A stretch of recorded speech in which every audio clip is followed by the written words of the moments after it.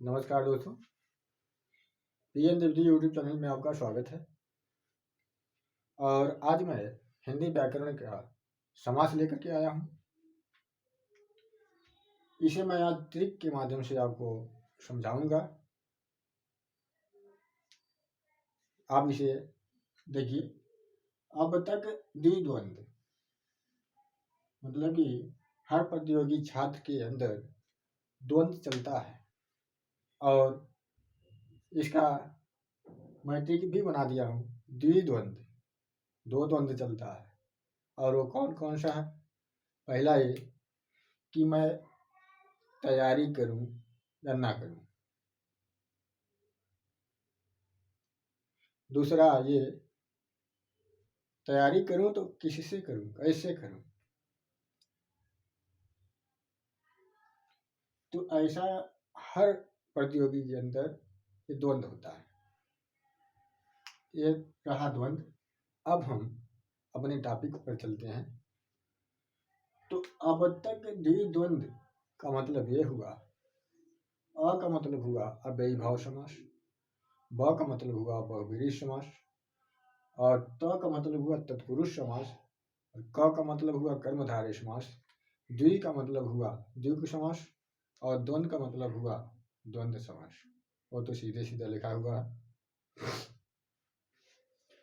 अब हम आगे बढ़ते हैं। तो पहला इसमें है अव्ययी भाव समास। तो अव्ययी भाव समास में हम बता दें, और लगभग जो पढ़ाता है सब लोग ये बताते हैं कि अव्ययी भाव समास में प्रथम पद प्रधान होता है और प्रथम पद ही अव्यय होता है। अव्यय का मतलब हुआ जिसका व्यय न हो, जिसका खर्च न हो, मतलब कि जिसे बदला न जा सके, चाहे लिंग हो, तत्पुरुष हो, लिंग हो, पुरुष हो, वचन हो, विभक्ति हो, किसी भी आधार पे जिसे परिवर्तित न किया जा सके वो होता है अव्यय। तो इसमें सब लोग ये बताते हैं, लेकिन मैं क्या इसमें खास बता रहा हूं उसे आप देखिए। इसमें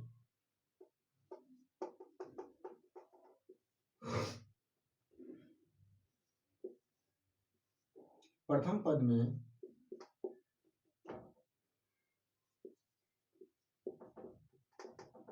उपसर्ग लगा रहता है।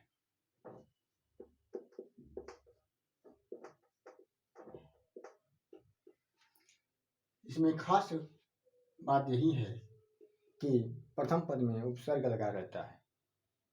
अब आप कहेंगे उपसर्ग किसे लगा रहता है। जैसे बेरहम, बेरहम हुआ तो यहाँ बे जो है उपसर्ग में आ गया। अब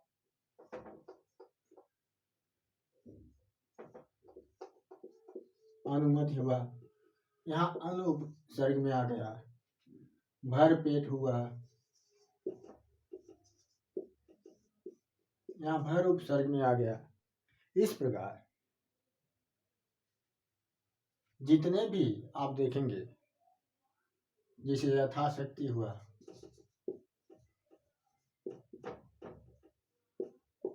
तो यथा अव्यय में उपसर्ग में आ गया। तो इस प्रकार इसे समझने का आसान तरीका है कि इसमें उपसर्ग लगा रहता है और इसका प्रथम पद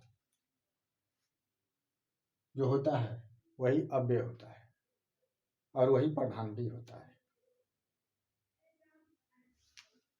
अब ये रहा आपका अव्ययी भाव समास। अब हम बहुब्रीहि समास के बारे में जानेंगे।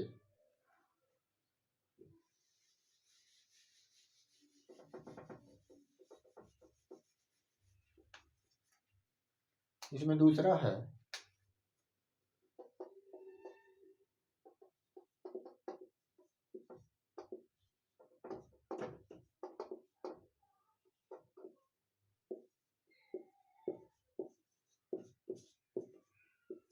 बहुव्रीहि समास।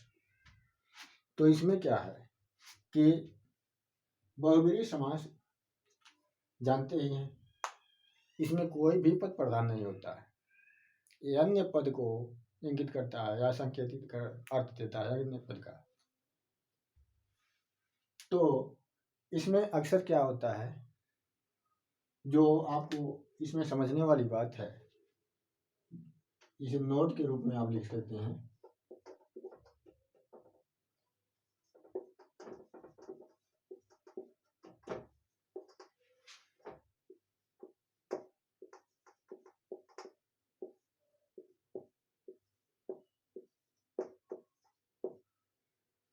इसमें समझने वाली बात ये है कि इसमें देवी देवताओं के नाम ही अक्सर आते हैं, बहुत कम ही मिलेंगे जो इधर उधर के पूछे जाते हैं। हर समय किस देवी देवता का नाम देकर, जैसे लंबोदर दे दिया, लंबा है उदर जिसका, अर्थात गणेश। इसी तरह जो है, जो भी आता है इसका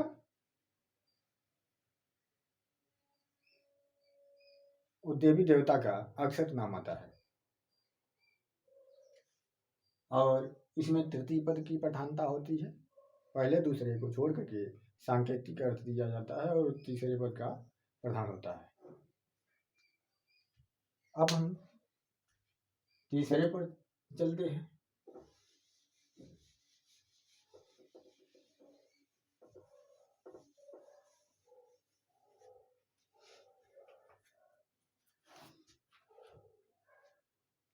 तो इसमें क्या है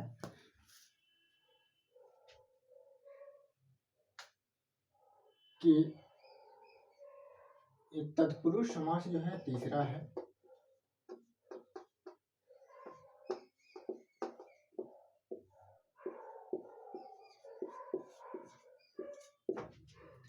और इसमें क्या होता है कि इसमें द्वितीय पद की प्रधानता होती है।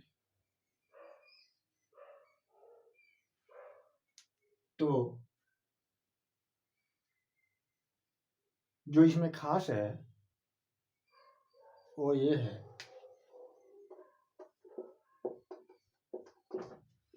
कि इसमें कारक चिन्ह जो होते हैं,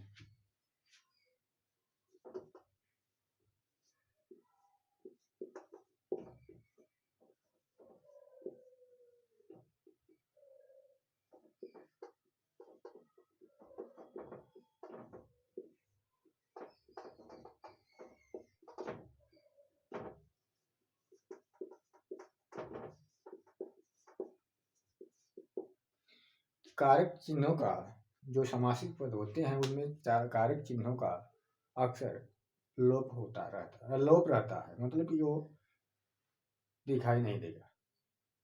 यही इसका मुख्य है कि कारक चिन्ह का लोप रहता है।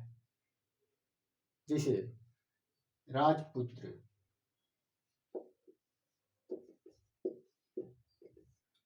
तो इसमें छिपा हुआ क्या है, राज मतलब होता है राजा, और पुत्र मतलब पुत्र ही होगा, राजा का पुत्र। यहाँ का छिपा हुआ है,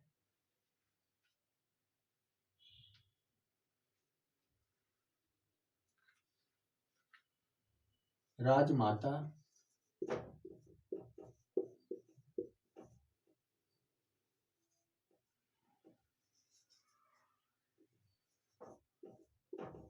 राज की माता, यहाँ के छिपा हुआ है। इस प्रकार इस कारक चिन्हों का यहाँ लोप रहता है। वही कारक चिन्ह अगर इसमें रहे तो वो समास विग्रह कहा जाता है, लेकिन जब वो कारक चिन्ह नहीं रहते हैं तब वो सामासिक पद के रूप में आपके सामने रहता है। अब हम अगले को देखते हैं, और अगला आपका है कर्मधारय समास। अब कर्मधारय समास को देखते हैं।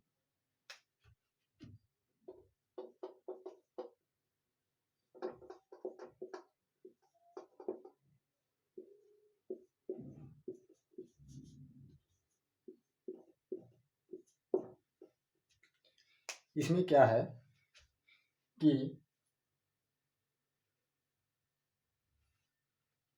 जो प्रथम पद होता है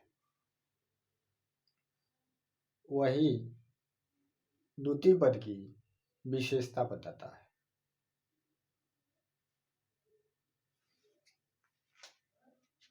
इसमें नोट में क्या रहेगा,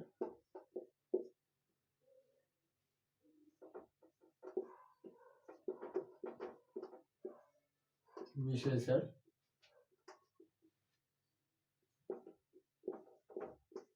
विशेषी।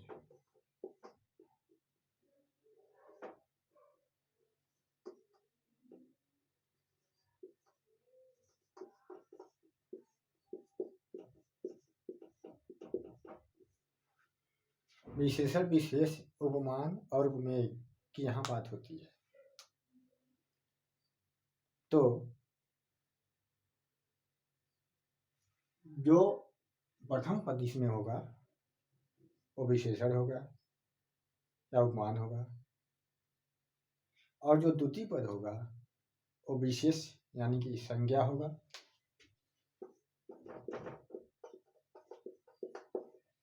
विशेष मतलब कि संज्ञा, या तो संज्ञा होगा और नहीं तो उपमेय होगा। अब इसे सिद्ध कैसे करें?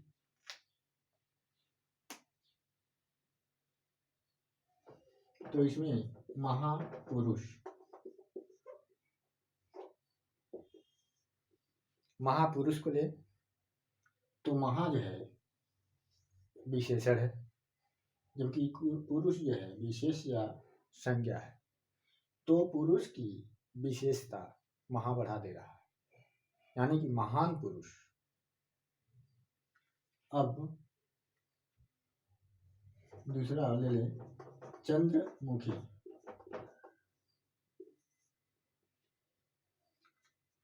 चंद्र से मुख की यहाँ तुलना की गई है,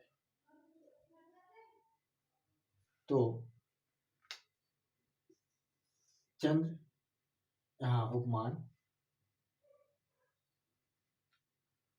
मुखी उपमेय, अर्थात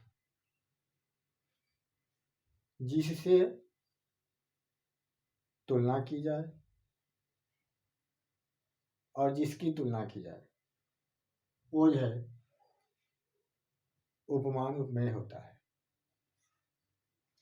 इस प्रकार ये विशेषण और उपमान के आधार पर कर्मधारय समास को व्यक्त किया जाता है और उसी अनुसार समझा भी जाता है। ये समझने के लिए काफ़ी है। अब आके आप प्रैक्टिस करते रहिए। जो उदाहरण के शब्द हैं, अब टोटल उदाहरण इस पर लिखा नहीं जा सकता, केवल समझाया जा सकता है।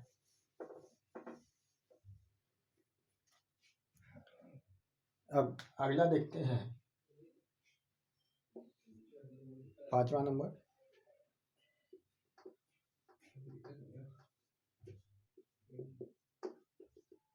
द्विगु समास।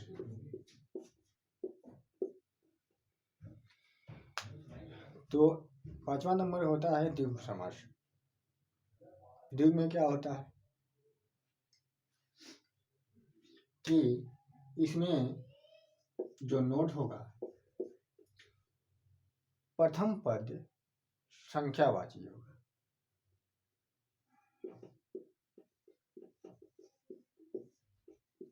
और द्वितीय पद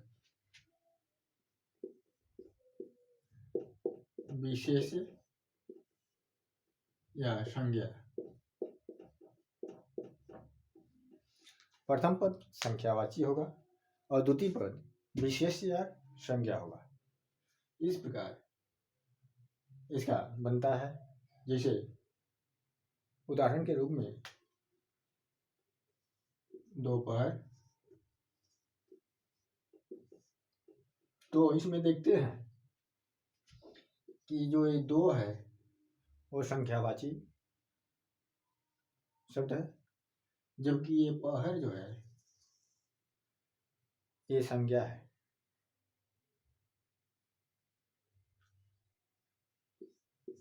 त्रिकाल, त्रि जो है संख्यावाची है, काल जो है संज्ञा है।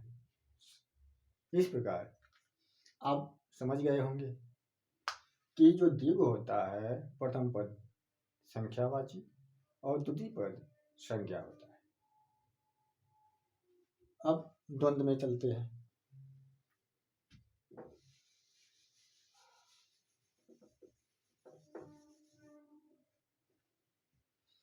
ये अंतिम है, छठवां द्वंद्व। अब द्वंद्व का मतलब क्या हुआ?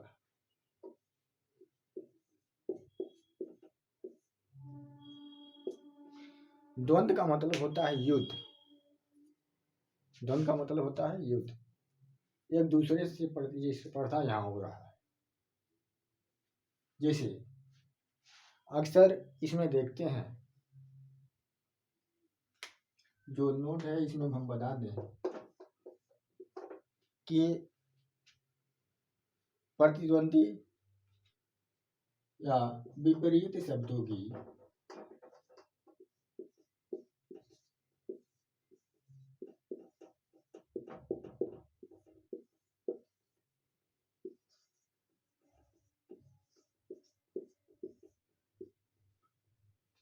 इसमें विपरीत शब्दों की बहुलता होती है।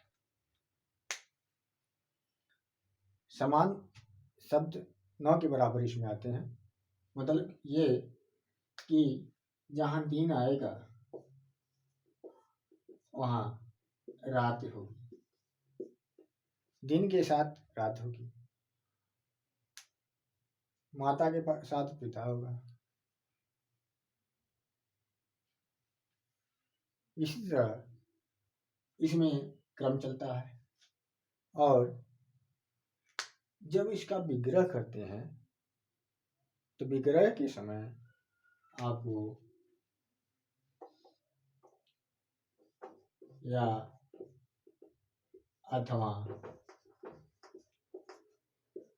व और परंतु ये सारे शब्द में से कोई ना कोई आ जाता है विग्रह करने पर। लेकिन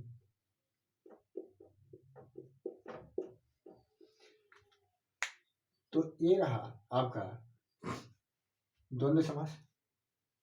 अब ये पूरा आपका समास जो है समाप्त हुआ। अब आपको ये कैसा लगा इसे आप जरूर बताएं और अधिक से अधिक संख्या में शेयर करें, सब्सक्राइब करें और लाइक करें। बहुत बहुत धन्यवाद।